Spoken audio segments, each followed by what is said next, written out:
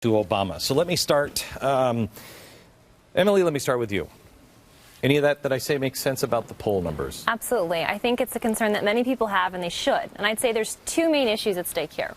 One, likely voters, and two, cell phones in our samples. So this is what I mean by that. Likely voter models. I think that's the problem here, is that in the general electorate, there are more Democrats out there than Republicans. Registered, there are 43 million registered Democrats and only 31 registered Republicans. However, when you look at who shows up to the polls, Republicans have a much higher propensity to vote. So Democrats only have about a 3-point advantage. If you go back to 1992 and you average them out, the one year that there was a big difference was 2008.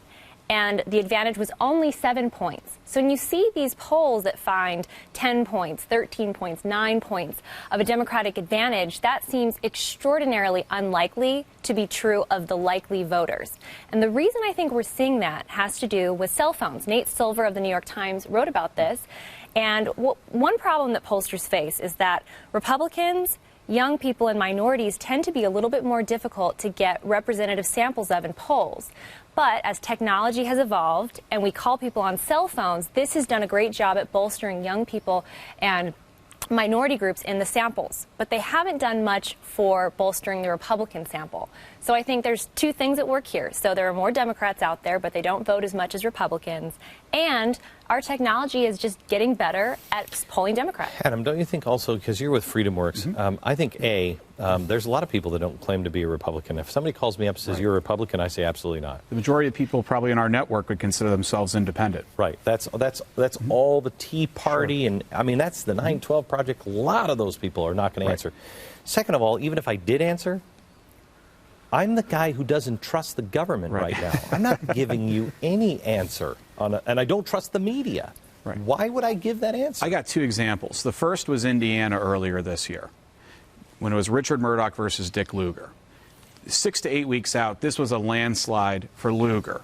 Going into the election, you're looking at some polling, this was going to be a tight race. On Election Day, Murdoch had 60%. Come down here to Texas a few weeks later, it's a similar story. You go 6 to 8 weeks out, Dewhurst running away with it.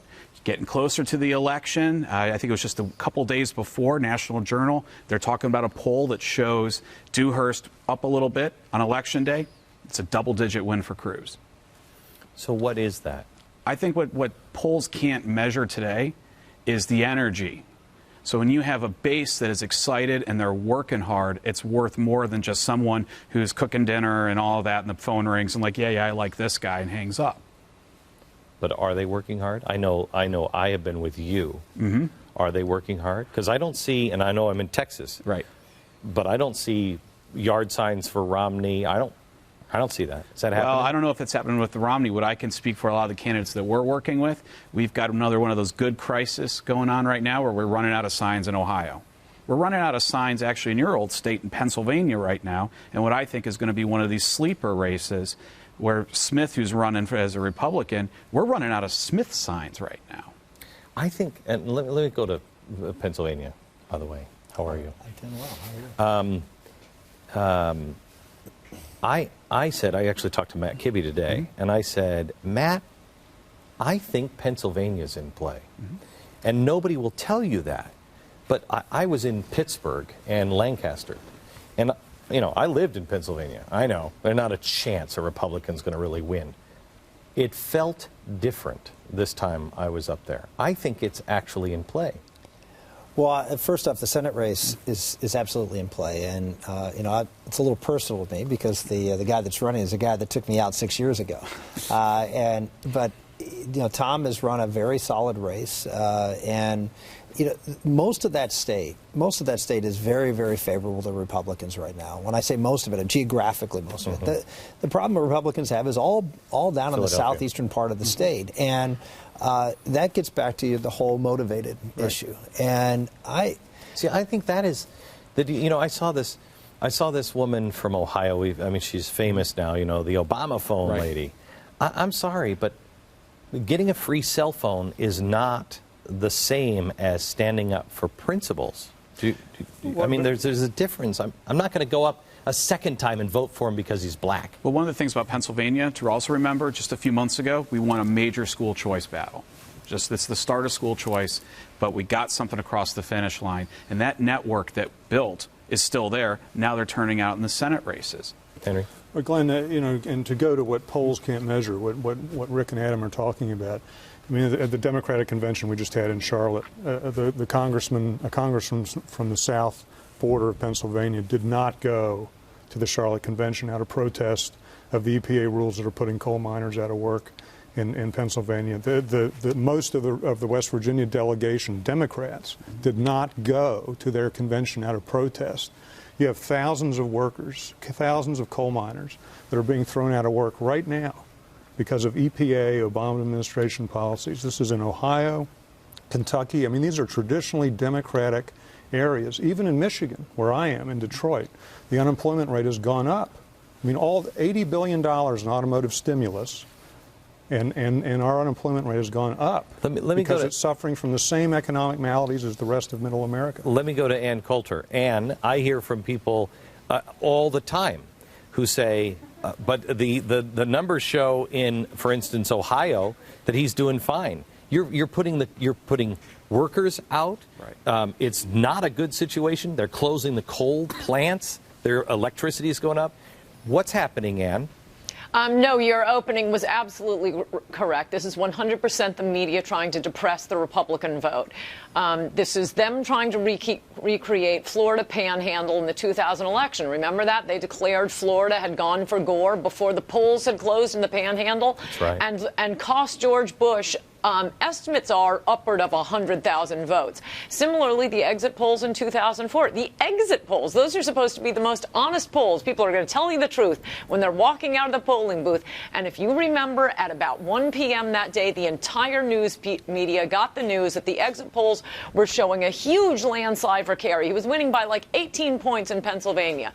You will notice the mistakes the media makes in their polls never mistakenly guess that the Republican is going to win, but as you say, I mean, I don't understand it. If I heard my guy was losing, I'd be more determined to vote for him. Me too. Most people do not react that way. Most people, as you say, want to vote for the winner, and they'll just stay home if they hear that Romney's going to lose, and that is 100% what's going on with the media right now.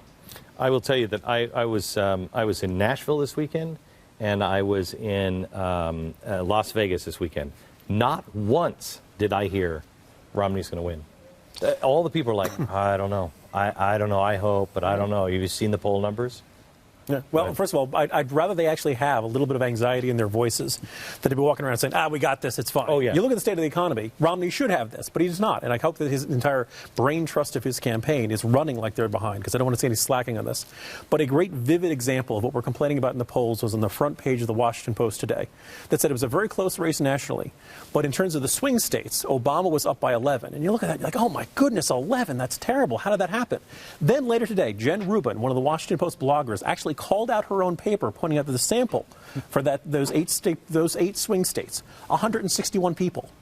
That's way too small for most, for a congressional district survey. Yeah, for a state. That's a margin of error of 8 percentage points. That's oh my God. So it's much smaller than you find. You look at any other poll of states or nationally on Real Clear Politics or on National Review Online, you'll find most of them have a sample of about 400, 500, 600 people.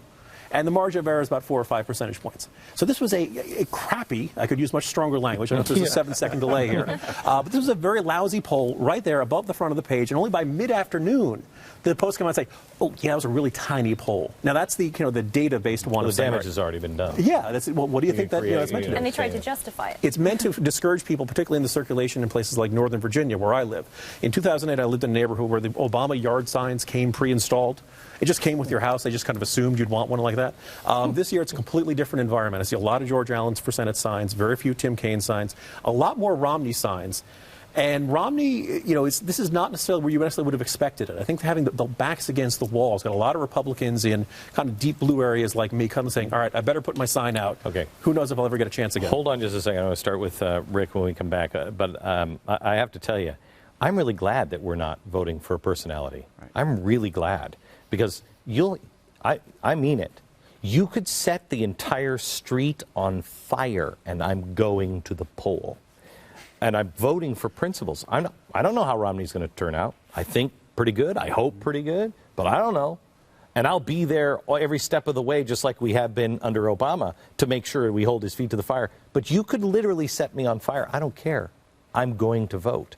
And I think that's a really good thing that none of the polls are talking about. The people who are going out to vote, very few of them are going out to vote for the personality. They're going out for the principles. Back in a minute.